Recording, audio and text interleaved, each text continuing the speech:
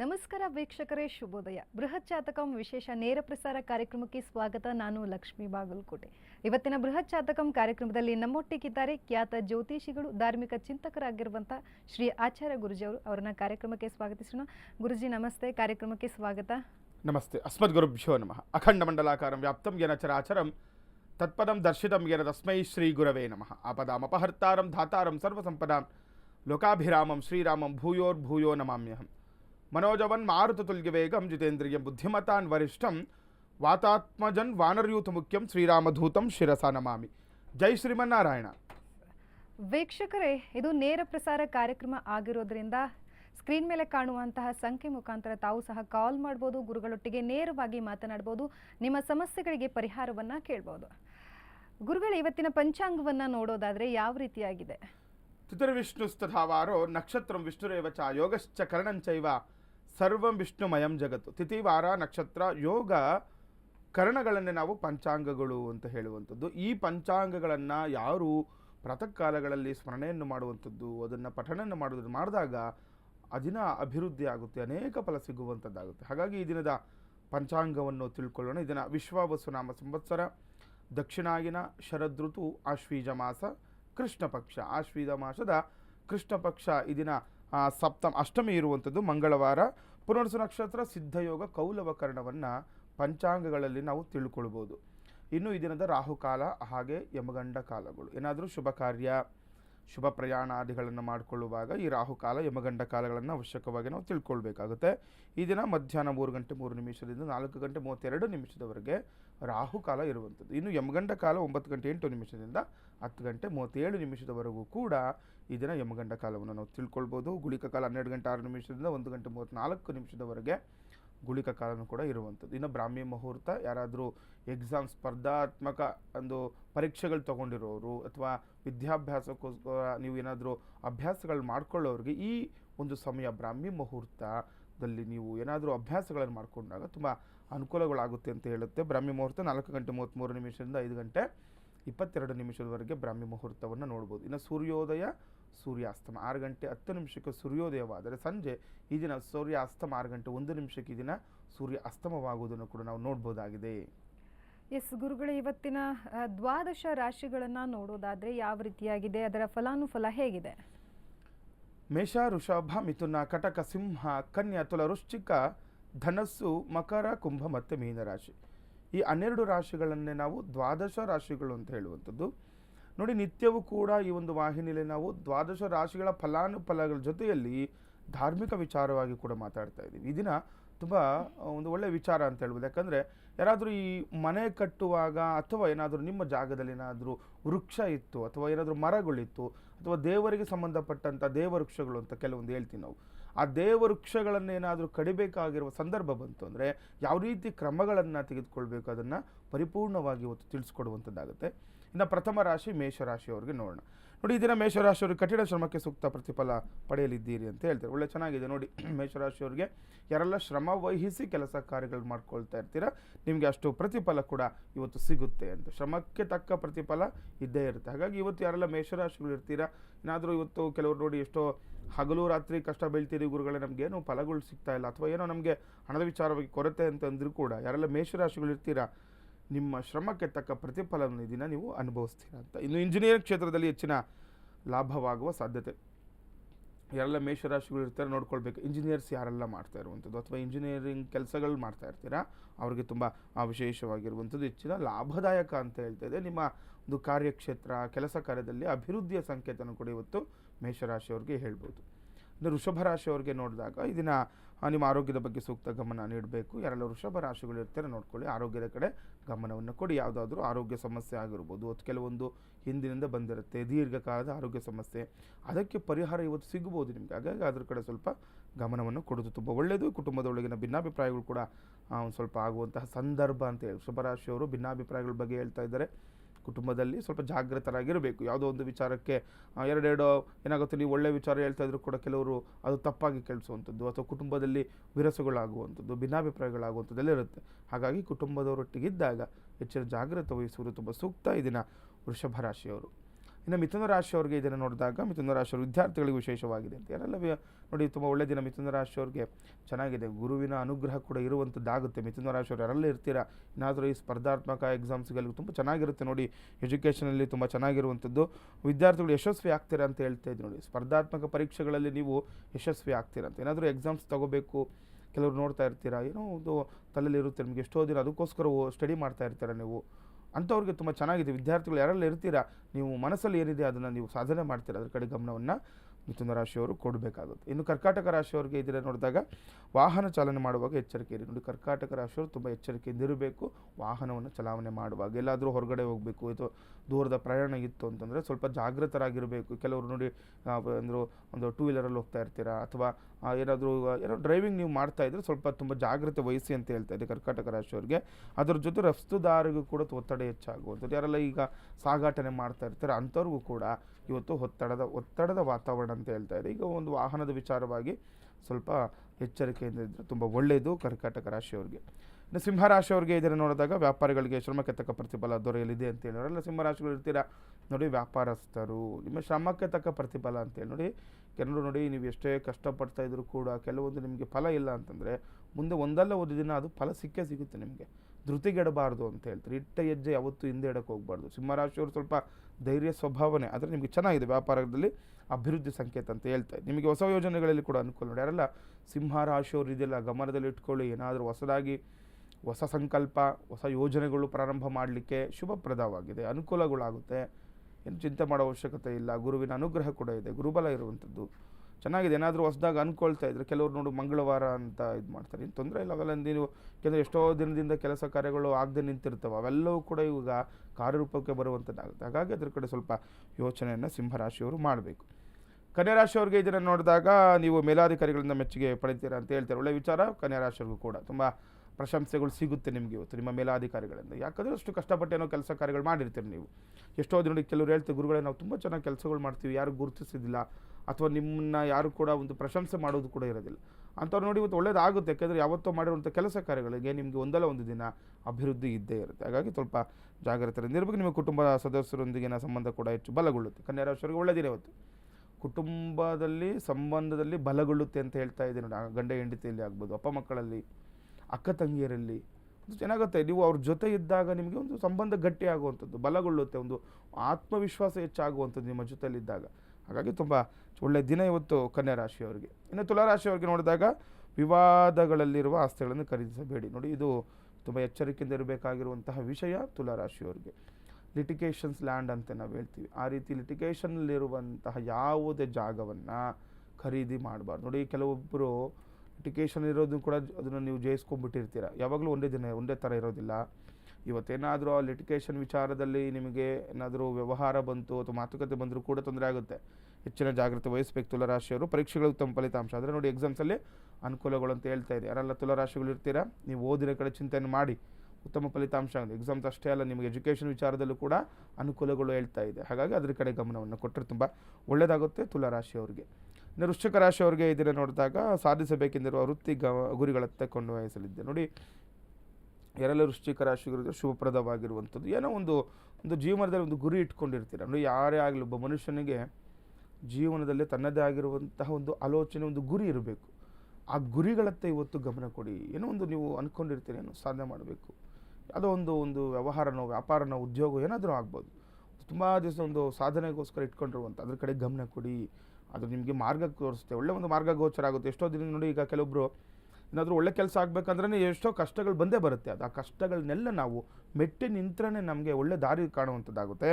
ನಮಗೆ ಎಲ್ಲವೂ ಕೂಡ ಅವಾಗೇನಾಗುತ್ತೆ ನೋಡಿ, ಎಷ್ಟೋ ಜನಕ್ಕೆ ಈ ಪರಿಸರನೂ ಎಷ್ಟು ನಮಗೆ ಒಂದು ಬೆಂಬಲವಾಗಿ ನಿಂತುಬಿಡುತ್ತೆ. ಹಾಗಾಗಿ ಒಂದು ಕೆಲಸಗಳಿಗೆ ಅನುಕೂಲ. ಇನ್ನು ಡಾಕ್ಟರ್ ವೃತ್ತಿಯಲ್ಲಿ ಟೀಕೆಗಳನ್ನು ಎದುರಿಸಬೇಕಾಗುತ್ತೆ ಅಂತೇಳಿ ಯಾರು ವೃಶ್ಚಿಕ ರಾಶಿಗಳಿದ್ರೆ ಸ್ವಲ್ಪ ಈ ಡಾಕ್ಟರ್ಸ್ ಯಾರೆಲ್ಲ ಇರ್ತೀರೋ ಸ್ವಲ್ಪ ಎಚ್ಚರಿಕೆಯಿಂದ ಇರಬೇಕು. ಸರ್ವೇ ಸಾಮಾನ್ಯ ಹೊಗಳೋದು ತೆಗಳೋದೆಲ್ಲ ಇದ್ದೇ ಇರುತ್ತೆ. ಈ ರೀತಿ ಡಾಕ್ಟರ್ ಕೆಲಸ ಮಾಡೋರಿಗೆ ನಾವು ಸರ್ವೇ ಸಾಮಾನ್ಯವಾಗಿ ನೋಡ್ತಾ ಇರ್ತೀವಿ. ಹಾಗಾಗಿ ಸ್ವಲ್ಪ ಎಚ್ಚರಿಕೆ ವಹಿಸೋದು ಸೂಕ್ತ. ಸುಮ್ಮನೆ ವಿನಾಕಾರಣ ಟೀಕೆಗಳನ್ನ ಇದನ್ನು ಎದುರಿಸಬೇಕಾಗುತ್ತೆ ವೃಶ್ಚಿಕ ರಾಶಿಯವರು. ಧನುರಾಶಿಯವರಿಗೆ ನೋಡಿದಾಗ ಹಣದ ವಹಿವಾಟಿನಲ್ಲಿ ವಿಚಾರದಲ್ಲಿ ಸ್ವಲ್ಪ ಎಚ್ಚರಿಕೆಯಿಂದ ಇರಬೇಕು. ಯಾರೆಲ್ಲ ಧನುರಾಶಿಗಳಿರ್ತೀರಾ ಹಣಕಾಸಿನ ವಿಚಾರ, ಯಾರಾದರೂ ಹಣ ಕೊಡುವಂಥದ್ದು ಅಥವಾ ಸಾಲವಾಗಿಸ್ಕೊಳ್ಳುವಂಥದ್ದು ಅಥವಾ ಏನಾದರೂ ವ್ಯವಹಾರಗಳಿತ್ತಂದರೆ ಎಚ್ಚರಿಕೆ ಇರಬೇಕು ಅಂತ ಜಾತಕ ಫಲದಲ್ಲಿ ಹೇಳುವಂಥದ್ದು. ಹಾಗಾಗಿ ಏನಾದರೂ ಇವತ್ತು ವ್ಯವಹಾರಗಳು ಇಟ್ಕೊಂಡಿದ್ರು ಕೂಡ ಸ್ವಲ್ಪ ಜಾಗ್ರತೆ ವಹಿಸಿ. ಹಣ ವ್ಯಯವಾಗುವಂಥ ಹಣ ಕಳ್ಕೊಳ್ಳುವಂತಹ ಸಂದರ್ಭ ಕೂಡ ಇವತ್ತು ನಿಮಗೆ ನೋಡ್ತಾ ಇದೆ. ನೌಕರರಿಗೆ ಹಲವು ಅವಕಾಶಗಳು ಲಭ್ಯವಾಗುತ್ತೆ. ಅವರೆಲ್ಲ ನೌಕರಸ್ಥರು ಇರ್ತಾರೆ, ನಿಮಗೆ ಅವಕಾಶಗಳು ಸಿಗುತ್ತೆ. ನೋಡಿ, ಎಲ್ಲೋ ಕೆಲಸ ಮಾಡ್ತಾ ಇರ್ತಾರೆ, ಕೆಲವೊಬ್ಬರು ಅವಕಾಶಕ್ಕೋಸ್ಕರ ಕಾಯ್ತಾ ಇರ್ತೀರ. ಆ ರೀತಿ ಅವಕಾಶ ಇವತ್ತು ಧನುರಾಶಿಯವರಿಗೆ ಸಿಗುವಂಥದ್ದಾಗುತ್ತೆ. ಮಕರ ರಾಶಿಯವರಿಗೆ ನೋಡಿದಾಗ ಇದನ್ನು ವ್ಯಾಪಾರದಲ್ಲಿ ಬಾಧಿಸುತ್ತಿರುವ ಸಮಸ್ಯೆಗಳು ನಿವಾರಣೆ ಆಗುತ್ತೆ. ಅವರೆಲ್ಲ ಮಕರ ರಾಶಿಗಳು ಇರ್ತೀರಾ, ಕೆಲವೊಬ್ಬರು ನೋಡಿ ವ್ಯಾಪಾರಗಳಾಗ್ತಾ ಇರಲ್ಲ, ವ್ಯಾಪಾರ ಆದರೂ ಕೂಡ ನಿಮಗೆ ನೀವು ಅಧಿಕ ಲಾಭಾಂಶ ಸಿಗ್ತಾ ಇರಲ್ಲ, ಅಥವಾ ವ್ಯಾಪಾರದಲ್ಲಿ ಕುಂಠಿತ ಆಗ್ತಾ ಇರೋದು. ಯಾಕಂದರೆ ಕೆಲವ್ರಿಗೆ ನೋಡಿ, ನಿಮ್ಮ ಒಂದು ವ್ಯಾಪಾರ ಸ್ಥಳ ದಿನ ದಿನ ಅಭಿವೃದ್ಧಿ ಆಗಬೇಕು, ಯಾವತ್ತು ಕುಂಠಿತ ಆಗಬಾರ್ದು, ಅದು ಕೆಳಮಟ್ಟಕ್ಕೆ ಬರಬಾರ್ದು. ಹಾಗಾಗಿ ಅದ್ರ ಕಡೆ ಸ್ವಲ್ಪ ಚಿಂತೆ ಇರಿ, ನಿನ್ನ ಆ ಸಮಸ್ಯೆಗಳು ಕೂಡ ನಿವಾರಣೆ ಆಗುವಂಥದ್ದಾಗುತ್ತೆ. ಆರೋಗ್ಯದ ಬಗ್ಗೆ ಹೆಚ್ಚಿನ ಕಾಳಜಿ ವಹಿಸಬೇಕು. ಮಕರ ರಾಶಿಯಲ್ಲಿ ಇರ್ತೀರಾ, ವ್ಯಾಪಾರ ಚೆನ್ನಾಗಿರುತ್ತೆ, ಚಿಂತೆ ಮಾಡಬೇಡಿ. ಆರೋಗ್ಯದ ಕಡೆ ಗಮನ ಕೊಡಿ. ಟೈಮ್ ಸರಿಯಾಗಿ ಊಟ ಮಾಡುವಂಥದ್ದು, ಅಥವಾ ಏನಾದರೂ ಆರೋಗ್ಯ ಸಮಸ್ಯೆ ಬೇಕಾದಂತಹ ನೀವು ಪರಿಹಾರಗಳನ್ನು ಮಾಡಿಕೊಳ್ಳುವಲ್ಲಿ ನೀವು ಇದನ್ನು ಒಂದು ತೊಡಗಿಕೊಂಡ್ರೆ ನಿಮಗೆ ಆರೋಗ್ಯದಲ್ಲಿ ಅನುಕೂಲಗಳನ್ನು ಮಕರ ರಾಶಿಯವರು ನೋಡ್ಬೋದು. ಇನ್ನು ಕುಂಭರಾಶಿಯವರಿಗೆ ಈ ದಿನ ನೋಡಿದಾಗ ಈ ದಿನ ನಿಮ್ಮ ಹಳೆಯ ಸ್ನೇಹಿತರನ್ನು ಭೇಟಿ ಮಾಡುವ ಸಾಧ್ಯತೆಗಳಿವೆ. ಯಾರೆಲ್ಲ ಕುಂಭರಾಶಿಗಳು ಇರ್ತೀರಾ, ನಿಮ್ಮ ಹಳೆಯ ಸ್ನೇಹಿತರ ಭೇಟಿ ಮಾಡುವ ಸಾಧ್ಯತೆ ಅಂತ ಹೇಳ್ತಾ ಇದ್ದೀನಿ. ಸ್ನೇಹಿತರ ಬಗ್ಗೆ ಇವತ್ತು ಒಳ್ಳೆಯ ಒಂದು ವಿಚಾರ. ಏನಾದರೂ ಕುಂಭರಾಶಿಯವರಿಗೆ ನಿಮ್ಮ ಸ್ನೇಹಿತರನ್ನು ಭೇಟಿ ಮಾಡುವ ಅವಕಾಶಗಳೇನಾದರೂ ಇತ್ತು ಅಂತಂದರೆ ಅವಶ್ಯಕವಾಗಿ ಭೇಟಿ ಮಾಡಿ. ಯಾವುದೋ ಒಂದು ವಿಚಾರಕ್ಕೆ ಅನುಕೂಲಗಳಾಗ್ಬೋದು. ನೋಡಿ, ಒಂದು ಅನುಕೂಲ ಅನ್ನೋದಕ್ಕಿಂತ ಮಾನಸಿಕವಾಗಿ ನೆಮ್ಮದಿ ಸಿಗುವಂಥದ್ದಾಗುತ್ತೆ. ಸ್ನೇಹಿತರೊಟ್ಟಿಗೆ ಎಷ್ಟೋ ನಮ್ಮ ವಿಚಾರಗಳು ವಿನಿಮಯ ಆಗುತ್ತೆ ಅಲ್ಲಿ. ಹಾಗಾಗಿ ಸ್ವಲ್ಪ ಭೇಟಿ ಮಾಡೋ ಅವಕಾಶಗಳಿದ್ದರೆ ಮಾಡಿಕೊಳ್ಳಿ. ಹೊಸ ಹೂಡಿಕೆಗಳ ಬಗ್ಗೆ ಹೆಚ್ಚು ಆಲೋಚನೆ ಮಾಡುವಿರಿ ಅಂತ ಕುಂಭರಾಶಿಯವ್ರಿಗೆ. ನೋಡಿ, ಇನ್ನೊಂದು ಹೊಸದಾಗಿ ಒಂದು ಹೂಡಿಕೆ ವಿಚಾರ ನೋಡಿ, ಅದೇ ಮಾತಾಡ್ಬೋದು ಇವತ್ತು ನಿಮ್ಮ ಫ್ರೆಂಡ್ಸ್ ಜೊತೆ. ಯಾಕಂದರೆ ನೀವೇನು ಮಾಡಬೇಕು ಅಂದ್ಕೊಂಡಿರೋದು ನಿಮ್ಮ ಫ್ರೆಂಡ್ಸ್ ಹತ್ರ, ನಿಮ್ಮ ಯಾರು ಸ್ನೇಹಿತರು ಇರ್ತಾರೆ ಅವ್ರಿಗೆ ಆಲ್ಮೋಸ್ಟ್ ಗೊತ್ತಿರುತ್ತೆ ಇವೆಲ್ಲ ವಿಚಾರಗಳು. ಹಾಗಾಗಿ ಏನಾದರೂ ನೀವು ಹೊಸದಾಗಿ ಎಲ್ಲೋ ಒಂದು ಪ್ರಾಜೆಕ್ಟ್ ಇರುತ್ತೆ, ಅಥವಾ ಏನೋ ಒಂದು ಹೂಡಿಕೆ ಮಾಡಬೇಕು, ಯಾವುದೋ ಒಂದು ಹೊಸದಾಗಿ ಉದ್ಯೋಗ ಪ್ರಾರಂಭ ಮಾಡಬೇಕು, ಇವೆಲ್ಲವನ್ನು ಪ್ರಸ್ತಾಪನೆ ಮಾಡಿ ಏನಾದರೂ ನಿಮ್ಮ ಸ್ನೇಹಿತರ ಬಳಿ ಯಾರಾದರೂ ನಿಮ್ಗೆ ತುಂಬ ಬೇಕಾಗಿರೋರ ಬಳಿ ಈ ರೀತಿ ಇವತ್ತು ನೀವು ಮಾಡ್ಕೊಂಡಾಗ ಏನಾಗುತ್ತೆ, ಅದಕ್ಕೆ ಸಂಬಂಧಪಟ್ಟಂಥ ವಿಚಾರದಲ್ಲಿ ಅಭಿವೃದ್ಧಿ ಆಗ್ಬೋದು, ಅಥವಾ ಅವರಿಂದ ಏನೋ ಒಂದು ನಿಮ್ಗೆ ಬೆಂಬಲ ಸಿಗುವಂಥದ್ದಾಗುತ್ತೆ, ಅಥವಾ ಕೆಲವೊಂದು ಮಾತಿನಿಂದನೋ ಅಥವಾ ಹಣದ ವಿಚಾರವಾಗಿನೋ ಯಾವುದೇ ರೀತಿಯೂ ಆಗಲಿ ಒಂದು ಸಹಾಯ ಹಸ್ತ ನಿಮಗೆ ಸಿಗುವಂಥದ್ದು ಕುಂಭರಾಶಿಯವರಿಗೆ ಆಗುತ್ತೆ. ಇನ್ನು ಮೀನರಾಶಿಯವರಿಗೆ ನೋಡಿದಾಗ ಇದನ್ನು ಯಾವುದೇ ತೀರ್ಮಾನ ತೆಗೆದುಕೊಳ್ಳುವ ಮೊದಲು 2 ಬಾರಿ ಆಲೋಚನೆ ಮಾಡಿ. ನೋಡಿ, ಮೀನರಾಶಿಯವರು ಕೂಡ ಅದೇ ಹೇಳ್ತಾ ಇದೆ, ತುಂಬ ಹುಷಾರಾಗಿರಬೇಕು. ಏನಾದರೂ ಇವತ್ತು ನೀವು ನಿರ್ಣಯ ಮಾಡಬೇಕು ಅಂದ್ಕೊಂಡಿದ್ರೆ ಯಾವುದು ವಿಚಾರದ, ಒಂದು ವೈಯಕ್ತಿಕ ವಿಚಾರನೋ, ಮದುವೆ ವಿಚಾರನೋ, ಸಂತಾನದ್ದು ಯಾವುದಾದ್ರೂ ಆಗ್ಬೋದು, ಏನಾದರೂ ನಿಮಗೆ ಒಂದು ಆಲೋಚನೆ ಇತ್ತು ಅಂತಂದರೆ ಸ್ವಲ್ಪ ಎಚ್ಚರಿಕೆಯಿಂದ ಇರಬೇಕು. 2-3 ಬಾರಿ ಆಲೋಚನೆ ಮಾಡಿ ಅಂತ ಹೇಳ್ತಾ ಇದೆ. ನೋಡಿ, ಯಾವುದೋ ಒಂದು ಕೆಲಸಕ್ಕೆ ಹೋಗಬೇಕಾಗಿರುತ್ತೆ ನೀವು ಇವತ್ತು, ಹಾಗಾಗಿ ಸ್ವಲ್ಪ 2-3 ಬಾರಿ ಆಲೋಚನೆ ಮಾಡಿ ನೀವು ಮುಂದಿನ ಹೆಜ್ಜೆ ಇಡಬೇಕು. ವ್ಯಾಪಾರಿಗಳಿಗೆ ಹೆಚ್ಚಿನ ಲಾಭವಾಗುವ ಸಾಧ್ಯತೆ ಅಂತಲೂ ಕೂಡ ಹೇಳ್ತಾ ಇದೆ. ಯಾರೆಲ್ಲ ವ್ಯಾಪಾರಸ್ಥರು ಇರ್ತಾರೆ ನೋಡಿ ಮೀನರಾಶಿಯವರು, ಲಾಭವಾಗುವ ಸಾಧ್ಯತೆ. ಕೆಲವೊಂದು ನೋಡಿ ಮೀನರಾಶಿಯವರು ನಾನು ಹೇಳ್ತಾ ಇದ್ದೀನಿ 7.7 ಪ್ರಭಾವ ಅಂತ, ಆದರೆ ನೀವೇನು ಚಿಂತೆ ಮಾಡೋ ಅವಶ್ಯಕತೆ ಇಲ್ಲ. ನೋಡಿ, ವ್ಯಾಪಾರದಲ್ಲಿ ನಿಮಗೆ ತುಂಬ ಲಾಭವಾಗುವ ಸಾಧ್ಯತೆ ಅಂತ ಜಾತಕ ಫಲದಲ್ಲಿ ಹೇಳ್ತಾ ಇದೆ. ಹಾಗಾಗಿ ನೀವು ವ್ಯಾಪಾರದ ಕಡೆ ಗಮನ ಕೊಡಿ. ಹಿಂದಾಗಿರುವಂತಹ ಕಷ್ಟ ನಷ್ಟ ನೋವುಗಳೆಲ್ಲ ನಿಮ್ಗೆ ಅವಶ್ಯಕತೆ ಇಲ್ಲ. ಇನ್ನು ಮೀನರಾಶಿಯವರು ಯಾರೆಲ್ಲ ಇರ್ತೀರಾ, ವ್ಯಾಪಾರದಲ್ಲಿ ಅಭಿವೃದ್ಧಿಯ ಸಂಕೇತ ಇರುತ್ತೆ, ನಿಮಗೆ ವ್ಯಾಪಾರದಲ್ಲಿ ಲಾಭವಾಗುವ ಸಾಧ್ಯತೆ ಕೊಡಿದಿನ ಮೀನರಾಶಿಯವರಿಗೆ ಇರುವಂಥದ್ದು. ಗುರುಗಳೇ, ಧಾರ್ಮಿಕ ವಿಚಾರದ ಬಗ್ಗೆ ಪ್ರತಿದಿನವೂ ಸಹ ಒಂದೊಂದು ವಿಷಯದ ಬಗ್ಗೆ ಹೇಳ್ಕೊಡ್ತಾ ಇದ್ದೀರಾ. ಇವತ್ತು ನಮ್ಮ ವೀಕ್ಷಕರಿಗೆ ಯಾವ ವಿಚಾರದ ಬಗ್ಗೆ ತಿಳಿಸ್ತಾ ಇದ್ದೀರಾ?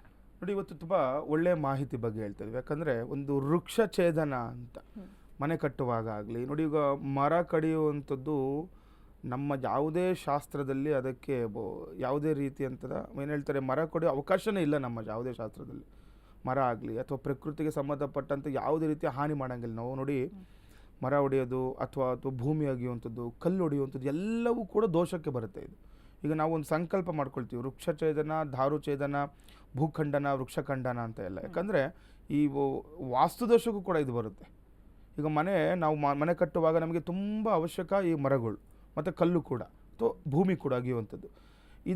ಇದಕ್ಕೆಲ್ಲ ವಾಸ್ತುದೋಷಕ್ಕೆ ಬಂದ್ಬಿಡುತ್ತೆ ಇದು. ಹಾಗಾಗಿ ನಾವು ಮನೆ ಕಟ್ಟಿದ ನಂತರ ಪೂಜೆ ಮಾಡುವಂಥದ್ದು ಪ್ರಥಮ ಪೂಜೆ ಇದೇ ಆಗಿಬಿಟ್ಟಿರುತ್ತೆ. ಯಾಕಂದರೆ ಈ ವೃಕ್ಷ ಛೇದನ, ಭೂಖಂಡನ, ಈ ಆದಿ ದೋಷಗಳೆಲ್ಲ ನಿವಾರಣೆ ಆಗಲಿ ಅಂತಲೇ ನಾವು ವಾಸ್ತುವಿಗೆ ಸಂಬಂಧಪಟ್ಟಂಥ ಹೋಮಗಳು, ರಾಕ್ಷೋಗ್ನ ಹೋಮ ಹವನಾದಿಗಳನ್ನು ಮಾಡ್ತಾ ಇರ್ತೀವಿ. ಯಾಕಂದರೆ ನಮ್ಮ ಒಂದು ಹಿಂದೂ ಸಂಪ್ರದಾಯದಲ್ಲಿ ಮರಗಳಿಗೆ, ವೃಕ್ಷಕ್ಕೆ ತುಂಬ ವಿಶೇಷವಾಗಿರುವಂತಹ ಸ್ಥಾನಮಾನವನ್ನು ನಾವು ಕೊಟ್ಟಿದ್ದೀವಿ. ದೇವರ ರೀತಿ ನೋಡ್ರಿ, ಎಷ್ಟೋ ಮರಗಳನ್ನು ನಾವು ದೇವರಂತ ಪೂಜೆ ಮಾಡ್ತೀವಿ. ಹಾಗಾಗಿ ಯಾರು ಕೂಡ ಒಪ್ಪೋದಿಲ್ಲ. ನೋಡಿ, ಎಷ್ಟೋ ಪರಿಸರ ಪ್ರೇಮಿಗಳು ನಾವು ನೋಡ್ತಾ ಇರ್ತೀವಿ, ಏನು ಗುರುಗಳು ಇವರು ಮರ ಕಡಿಲಿಕ್ಕೆ ಕೇಳ್ತಾವ್ರೆ, ಅದೆಲ್ಲ ಅಲ್ಲ. ಯಾಕಂದರೆ ಯಾವುದೇ ಶಾಸ್ತ್ರದಲ್ಲೂ ಇದಕ್ಕೆ ನೋಡಿ ಅವಕಾಶಗಳೇ ಕೊಟ್ಟಿಲ್ಲ ಇಲ್ಲಿ. ಹಾಗಾಗಿ ಮರ ಕಡಿಯುವ ಸಂದರ್ಭ ಏನಾದರೂ ಬಂತು ಅಂದರೆ ಅವಶ್ಯಕವಾಗಿ ನೋಡಿ ನೀವು ತಿಳ್ಕೊಳ್ಬೇಕು.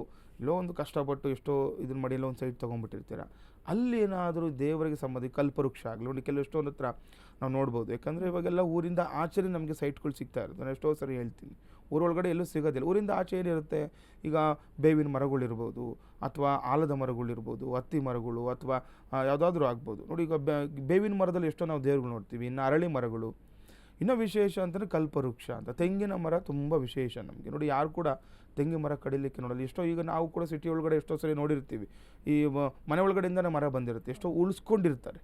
ಅವಕಾಶಗಳಿದ್ದರೆ ಆ ರೀತಿ ನೋಡಿ ಮಾಡ್ಕೊಳ್ಳಿ.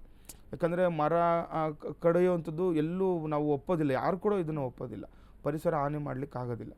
ಹಾಗಾಗಿ ಇಲ್ಲ ಗುರುಗಳೇ, ನಮಗೆ ತುಂಬ ಕಷ್ಟ ಆಗ್ತಾಯಿದೆ, ಏನೋ ಕಷ್ಟಪಟ್ಟು ಯಾವುದೋ ಒಂದು ಸೈಟ್ ತೊಗೊಂಡಿರ್ತೀರ, ಅದು ಆ ಸೈಟಲ್ಲಿ ನಿಮಗೆ ಯಾವುದೋ ಒಂದು ದೇವಮೂಲೆಯಲ್ಲೋ ಅಥವಾ ಯಾವುದಾದ್ರೂ ಅಗ್ನಿ ಮೂಲೆಯಲ್ಲೋ ಏನೋ ಬಂದುಬಿಟ್ಟಿದೆ, ಮರ ಬಂದುಬಿಟ್ಟಿದೆ.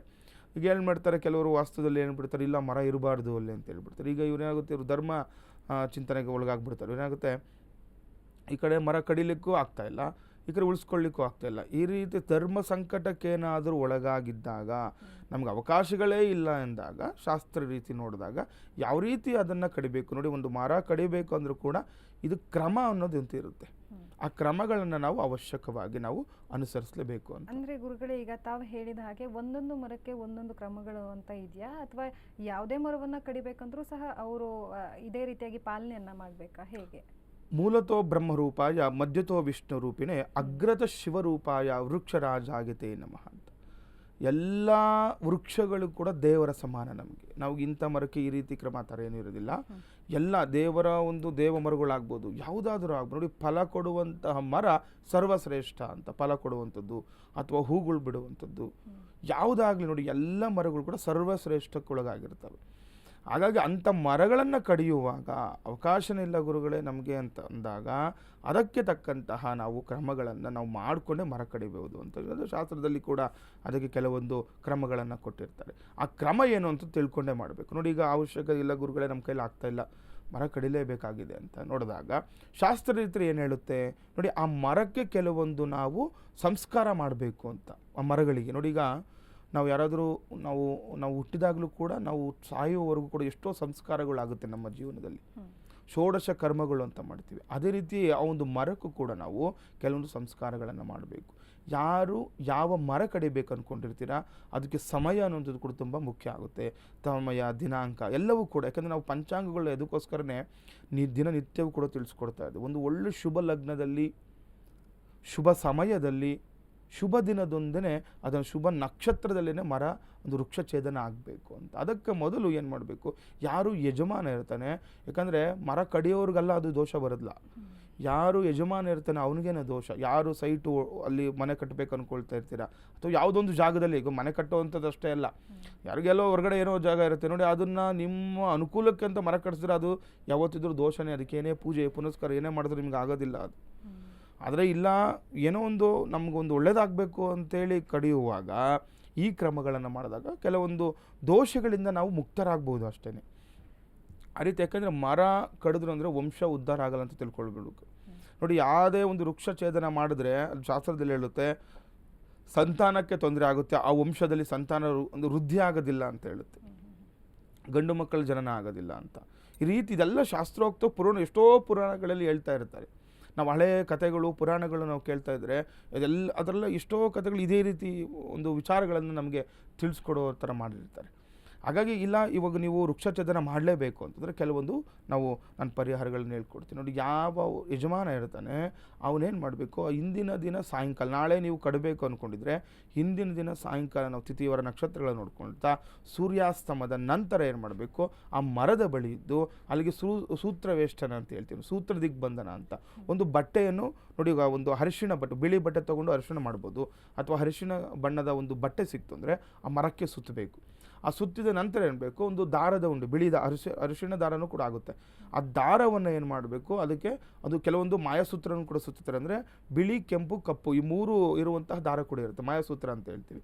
ಅದನ್ನಾದರೂ ಸೂತ್ರವೇಷ್ಟನ ಮಾಡ್ಬೋದು, ಅಥವಾ ಬಿಳಿ ಅಥವಾ ಹಳದಿ ಬಣ್ಣದ ಒಂದು ದಾರವನ್ನು ಸೂತ್ರವೇಷ್ಟನ ಆಗಬೇಕು. ಆ ದಾರ ನೋಡಿ, ಎಷ್ಟೋ ಮರಗಳು ದಾರ ಸುತ್ತಿರೋದು ನೋಡಿರ್ತೀವಿ. ಹಿಂದಿನ ಕಾಲದಲ್ಲಿ ಎಲ್ಲ ಒಂದು ಯಾವ್ದಾದ್ರು ದೇವವೃಕ್ಷ ಅಂತಿದ್ರೆ ಅಲ್ಲಿ ದಾರ ಸುತ್ತಿರ್ತಾರೆ, ಸೂತ್ರವೇಷ್ಟನ ಆಗಬೇಕು. ಅದಕ್ಕೆ ಸುತ್ತಿ ಒಂದು ನೋಡಿ, ಅಲ್ಲಿ ಕೆಲವೊಂದು ಶಕ್ತಿ ಇರುತ್ತೆ. ಒಂದು ಏನು ಹೇಳ್ತಾರೆ, ಭೂತಗಳು ಅಂತ ಹೇಳ್ತಾರೆ. ನೋಡಿ, ಕೆಲವೊಂದು ನಕಾರಾತ್ಮಕ ಶಕ್ತಿ ಇರ್ಬೋದು, ಸಕಾರಾತ್ಮಕ ಶಕ್ತಿಗಳಿರ್ಬೋದು, ನೆಗೆಟಿವ್ ಇರ್ಬೋದು, ಪಾಸಿಟಿವ್ ಇರ್ಬೋದು. ಅಲ್ಲಿ ಆ ಒಂದು ವೃಕ್ಷದಲ್ಲಿ ವಾಸವಾಗಿರುವಂತಹ ಜೀವಕೋಶಗಳಿಗೆ ಬೇಕಾಗಿರುವಂತಹ ಬಲಿಹರಣ ಆ ಸಂಜೆ ಆಗಬೇಕು. ಅಂದರೆ ಏನು, ಅಲ್ಲಿ ಒಂದು ಶುದ್ಧ ಮಾಡಿ, ಒಂದು ಶುದ್ಧ ಜಲದಿಂದ ಎಲ್ಲ ಆ ಒಂದು ಮರವನ್ನು ನಾವು ಶುದ್ಧಿ ಮಾಡೋದು, ನೀರು ಹಾಕುವಂಥದ್ದು, ನೀರು ಹಾಕಬೇಕು.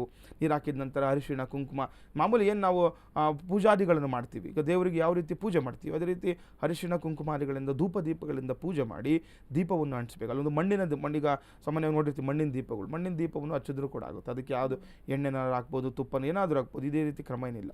ದೀಪವನ್ನು ಹಚ್ಚಿಟ್ಟು ಅಲ್ಲಿ ಬಲಿಹರಣ ಹಾಕಬೇಕಾಗುತ್ತೆ. ಒಂದು ಮೊಸರನ್ನು ಮತ್ತು ಹಳದಿ ಅನ್ನವನ್ನು, ಈ ಎರಡನ್ನೂ ಕೂಡ ಅಲ್ಲಿರುವಂತಹ ವಾಸವಾಗಿರುವಂಥ ಭೂತಗಳಿಗೆ ಬಲಿ, ಅದು ಭೂತ ಬಲಿ ಅಂತ ಹೇಳ್ತಾರೆ. ಆ ದಿನ ಸಾಯಂಕಾಲ ಈ ಪೂಜಾದಿಗಳನ್ನು ಮಾಡಬೇಕು. ಮತ್ತು ಆ ಮರಕ್ಕೆ ಕಡಿಯೋಕ್ಕೆ ಉಪಯೋಗಿಸುವಂತಹ ಏನೆಲ್ಲ ಸಲಕರಣೆಗಳಿರುತ್ತೆ, ಆಯುಧಗಳಿರುತ್ತೆ, ಅದಕ್ಕೂ ಕೂಡ ಪೂಜೆ ಆಗಬೇಕು ಆ ದಿನ ಸಂಜೆ. ಅದನ್ನು ಯಜಮಾನನೇ ಮಾಡಬೇಕು. ಯಜಮಾನ ಸಂತಿಪತಿ, ಈಗ ಗಂಡ ಹೆಂಡತಿ ಇಬ್ಬರಿದ್ರು ಕೂಡ ಮಾಡ್ಬೋದು, ಇಲ್ಲ ಯಜಮಾನ ಒಬ್ಬನೇ ಇದ್ದರೂ ಕೂಡ ಅವಶ್ಯಕ. ಕೆಲವರು ನೋಡಿ ಎಲ್ಲೋ ದೂರ ಇರುತ್ತೆ, ಅವ್ರ ಹೆಣ್ಮಕ್ಳಿಗೆ ಹೋಗ್ಲಿಕ್ಕಲ್ಲ, ಅದೇನು ತೊಂದರೆ ಇಲ್ಲ. ಸತಿಪರಿ ಸಮೇತವಾಗಿ ಮಾಡಬೇಕು ಅಂತೇನಿಲ್ಲ. ಯಜಮಾನ ಇದ್ರೂ ಕೂಡ ಸಾಕಾಗುತ್ತೆ. ಅವನ ಯಜಮಾನ ಅವೆಲ್ಲ ಆಯುಧಗಳಿಗೂ ಕೂಡ ಪೂಜೆ ಮಾಡಿ, ಆ ಮರಕ್ಕೆ ಪೂಜೆ ಮಾಡಿ, ಏನು ಹೇಳುತ್ತೆ ಶಾಸ್ತ್ರದಲ್ಲಿ, ಆ ಬಲಿಹರಣನಾದ ನಂತರ ಆ ದಿನ ಅಲ್ಲಿ ರಾತ್ರಿ ಕಳಿಬೇಕು ಅಂತ ಹೇಳುತ್ತೆ. ಆ ಜಾಗದಲ್ಲಿ ಯಜಮಾನ ಸಮೇತ ಅವರೆಲ್ಲ ಯಾರು ಮರೆ ಕಡಿರುತ್ತಾರೆ ಎಲ್ಲರೂ ಕೂಡ ಅವತ್ತು ಆ ದಿನ ಆ ಮರದ ಬಳಿ ಇರಬೇಕು, ಅಲ್ಲಿ ವಾಸ ಮಾಡಬೇಕು ಅವರು ಅಂತ ಹೇಳುತ್ತೆ. ಯಾಕಂದರೆ ಅಲ್ಲಿ ಏನಾದರೂ ಏನು ತೊಂದರೆಗಳು, ದೋಷಗಳು ಇವರ ವಂಶಕ್ಕೆ ಬರಬಾರ್ದು ಅಂತ ಒಂದು ಸಂಕಲ್ಪ ಮಾಡ್ಕೊಂಡು ಅಲ್ಲಿರಬೇಕು ಅಂತ. ತದನಂತರ ಪ್ರಾತಃ ಕಾಲದಲ್ಲಿ ಎದ್ದು ನಾವು ನೋಡಿ, ಈಗ ನಾವು ಯಾವತ್ತೇ ಆಗಲಿ ಶಾಂತಿ ಮಾಡಬೇಕು ಅಂತ, ಈಗ ಒಂದು ಹುತ್ತ ಹೊಡಿಬೇಕು ಆದರೂ ಕೂಡ ಫಸ್ಟ್ ಹಾಲು ಹಾಕ್ತಾರೆ. ಅಲ್ಲಿ ಈಗ ಮಣ್ಣು ಒಂದು ಭೂಮಿ ಅಗಿಬೇಕಾದ್ರೂ ಕೂಡ ಹಾಲು ಹಾಕ್ತಾರೆ, ಶಾಂತಿ ಮಾಡುವಂಥದ್ದು. ಅಲ್ಲಿ ಅದೇ ರೀತಿ ನಾವು ಜೇನುತುಪ್ಪ ತುಂಬ ಒಂದು ಪ್ರಮುಖವಾಗಿರುವಂಥದ್ದು. ಜೇನುತುಪ್ಪ, ಹಾಲು ಅಥವಾ ಮೊಸರು ಎಲ್ಲವನ್ನು ಕೂಡ, ಈಗ ಪಂಚಾಮೃತ, ಕೆಲವರು ಪಂಚಾಮೃತನೂ ಕೂಡ ಅಲ್ಲಿ ಹಾಕ್ಸ್ಬಿಡ್ತಾರೆ, ಏನು ತೊಂದರೆ ಇಲ್ಲ. ಅದರಲ್ಲಿ ಮೇನಾಗಿ ಏನು ಹೇಳುತ್ತೆ, ಜೇನುತುಪ್ಪ, ಹಾಲು ಮತ್ತು ಮೊಸರು ಹೇಳುತ್ತೆ. ಇಷ್ಟನ್ನು ಆ ಒಂದು ಏನು ವೃಕ್ಷ ಇರುತ್ತೆ ಅದಕ್ಕೆ ಅದ್ರ ಬುಡದಲ್ಲಿ ಹಾಕಬೇಕು ಅಂತ.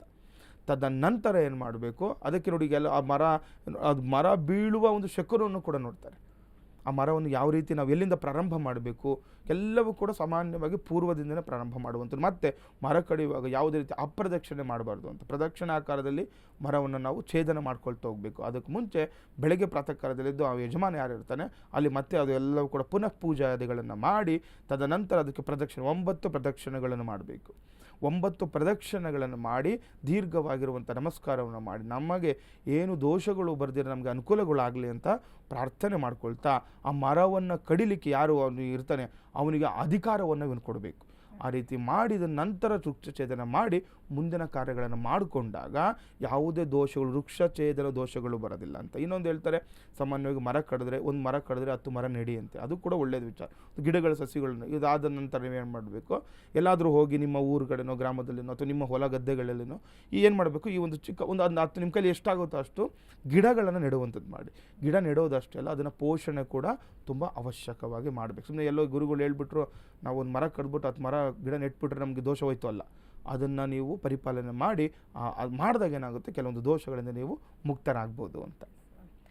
ಗುರುಗಳೇ, ಇವತ್ತು ಪಂಚಾಂಗ ಜೊತೆಗೆ 12 ರಾಶಿಗಳ ಜೊತೆಗೆ ಮಹತ್ವವಾಗಿರುವಂತಹ ಮರ ಕಡಿಯುವುದಕ್ಕೆ ಯಾವೆಲ್ಲ ಪೂಜಾ ಫಲಗಳನ್ನು ಮಾಡಬೇಕು ಅಂತ ಹೇಳಿ ನಮ್ಮ ವೀಕ್ಷಕರಿಗೆ ತಿಳಿಸ್ಕೊಟ್ಟಿದ್ದೀರಾ. ಧನ್ಯವಾದಗಳು. ಲೋಕ ಸಮಸ್ತ ಸುಖಿನೋ ಭವಂತು, ಸಮಸ್ತ ಸನ್ಮಂಗಳಾನಿ ಭವಂತು. ಶ್ರೀಮತೇ ರಾಮಾನುಜಾಯ ನಮಃ. ವೀಕ್ಷಕರೇ, ತಾವು ಸಹ ತಮಗೆ ಸಮಸ್ಯೆ ಇದ್ದಲ್ಲಿ ಶ್ರೀ ಆಚಾರ್ಯ ಗುರೂಜಿ ಅವರನ್ನ ನೇರವಾಗಿ ಭೇಟಿ ಮಾಡಬಹುದು. ನಿಮ್ಮ ಸಮಸ್ಯೆಗಳಿಗೆ ಪರಿಹಾರವನ್ನು ಪಡೆದುಕೊಳ್ಬಹುದು. ಸ್ಕ್ರೀನ್ ಮೇಲೆ ಕಾಣುವಂತಹ ನಂಬರ್ ಮುಖಾಂತರವಾಗಿ ತಾವು ಸಂಪರ್ಕಿಸಿ. ಇದಾಗಿತ್ತು ಇವತ್ತಿನ ನೇರ ಬೃಹಜ್ಜಾತಕಂ ಪ್ರಸಾರ ಕಾರ್ಯಕ್ರಮ. ಅಶ್ವಯೋಗ ಸುದ್ದಿವಾಹಿನಿ ಸತ್ಯಾನ್ವೇಷಣೆಯ ಓಟದಲ್ಲಿ.